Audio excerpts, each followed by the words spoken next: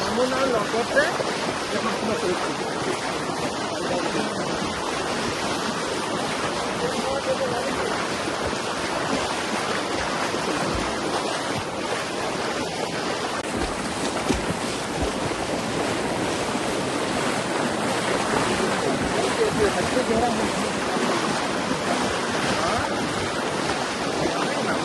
মোৰ সমষ্টিৰ পানবেচা পঞ্চায়তটোত আটাইতকৈ এফেক্টেড তাত গৈ তেখেতে বানপানীৰ বুজ ল'লে।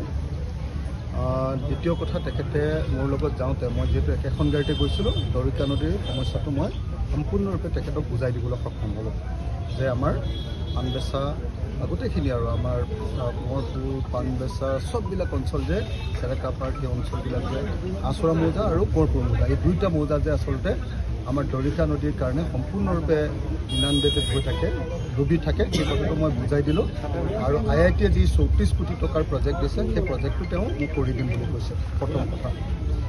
তো এতিয়া মই যিটো কথা ক'লোঁ তেখেতক, মূল সমস্যাটো তেখেতক যেতিয়া মই আটাইতকৈ বেছিকৈ ধন্যবাদ জনাইছোঁ যে মুখ্যমন্ত্ৰীৰ প্ৰগ্ৰেমৰ ভিতৰত নথকা গাৰ্লছ কলেজ ভিজিট আৰু আমাৰ ফুলেশ্বৰী হায়াৰ ছেকেণ্ডেৰী স্কুল বালিকা বিদ্যালয়, সেই দুখন ভিজিটৰ প্ৰগ্ৰেমটো তেওঁলোকৰ নাছিল।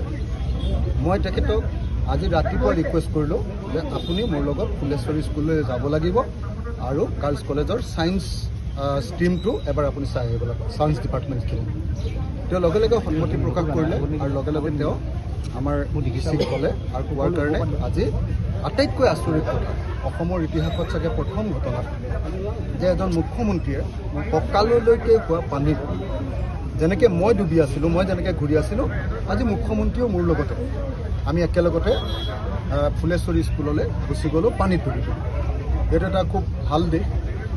অন্ততঃ মই ভাগ্যৱান বিধায়ক বুলি মই ভাবোঁ যে অন্ততঃ মুখ্যমন্ত্ৰী আৰু মন্ত্ৰীসকলক মই প্ৰকৃত যিটো সমস্যা, সেই সমস্যাত একেবাৰে ডুবি থকা অঞ্চলত ৰেড কাৰ্পেট পাৰি নহয় বা JCPৰে বোকা আঁতৰাই নহয়, যি সমস্যাটো যেনেকৈ আছে মই তেনেকৈ দেখুৱাবলৈ সক্ষম হ'ম। গতিকে অসমৰ মুখ্যমন্ত্ৰীক মই ধন্যবাদ জনাইছোঁ যে তেখেতে আমাৰ ফুলেশ্বৰী স্কুললৈ একদম কঁকালৰ সমান পানীত তেওঁ গুচি গৈছে, ক্লাছ ৰুম পৰীক্ষা কৰি আহিছে আৰু আমাৰ এতিয়াও গাৰ্লছ কলেজৰ, আমাৰ শিৱসাগৰ গাৰ্লছ কলেজৰ যিটো হোষ্টেল, সেই হোষ্টেলটো এতিয়াও ডুবি আছে। সেই হোষ্টেলটোৰ ভিতৰত গৈ তাৰ ৱাৰ্ডেনক মাত লগাই আহিছে, মই তেখেতক ধন্যবাদ জনাইছোঁ। তেখেতক মই যিটো কথা ক'লোঁ সেইটো হ'ল যে শিৱসাগৰখন বচাবৰ কাৰণে যমুনাখন অধিক দকৈ খান্দিব লাগিব। মই কৈছোঁ যে 10 কোটি টকাৰে কাম কৰি আছোঁ আৰু অলপ পইচা লাগিব, তেখেতে হ'ব বুলি কৈছে। তাৰ পাছত মই কৈছোঁ যে এই ৰাস্তাখিনি যমুনাৰ কিনাৰে কিনাৰে ফুলেশ্বৰী পাৰৰ যিখিনি ৰাস্তা, সেই ৰাস্তাখিনি মথাৰ নিচিনাকৈ ওখ কৰি বনাই দিব লাগিব। তেওঁ নিজেও কৈছে যে এইটো মথাৰ নিচিনা কৰি দিব, মথাৰি বনাব পাৰি নেকি এনেকৈ ক'লে। মই কৈছোঁ নহয় দাদা, এই ৰাস্তাটোকে আমি ওখ কৰিম। ক'লে তেতিয়াহ'লে হ'ব, মই এইটো কৰাই দিম। তো গতিকে আমাৰ এই গোটেই যমুনাৰ পাৰৰ ৰাস্তাবিলাক ওখ কৰিবৰ কাৰণে এটা প্ৰজেক্টৰ কথা ক'লোঁ। গোটেই নগৰখনৰ যে ৰাস্তা পদূলি ভাগি গ'ল, গাঁৱৰ ৰাস্তা পদূলিবিলাক ভাগি গ'ল, সেই সম্পৰ্কে মই ক'লোঁ, তেখেতে সন্মতি প্ৰকাশ কৰিছে। কিন্তু মোৰ দুখ থাকি গ'ল এটাই, মই আজি বহুত বুজালোঁ, মই কমেও 1 ঘণ্টা সময় বুজাইছোঁ তেখেতক যে অসমৰ এই 3খন জিলা চৰাইদেউ, শিৱসাগৰ আৰু যোৰহাট জিলাত যি প্ৰলয়ংকাৰী মহাপ্ৰলয় হৈছে, প্ৰলয়ংকাৰী বানপানী হৈছে, সেই বানপানীত পৰা মানুহবিলাকক 10 লাখ টকাকৈ ক্ষতিপূৰণ দিব লাগে আৰু প্ৰথম কিস্তিত একো নিদিলেও অন্ততঃ 2 লাখ টকাৰ ক্ষতিপূৰণ দিব লাগে।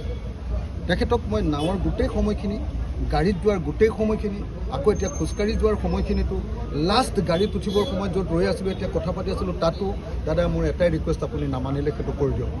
বোলে কি? মই বোলো যে প্ৰতিটো পৰিয়ালক 10 লাখ টকাকৈ দিয়াৰ যিটো আমাৰ দাবী বা অনুৰোধ, সেইটো আপুনি কৰক আৰু যদি টকা নাই প্ৰথমতে 2 লাখ টকা কৰক। তেতিয়া তেখেতে মোক শেষত এটাই কথা ক'লে যে 25,000টো দি লওঁ, দিয়াৰ পাছত ক্ষতিপূৰণটো যাৰ যি লোকচান হৈছে সেইটো মই দিম।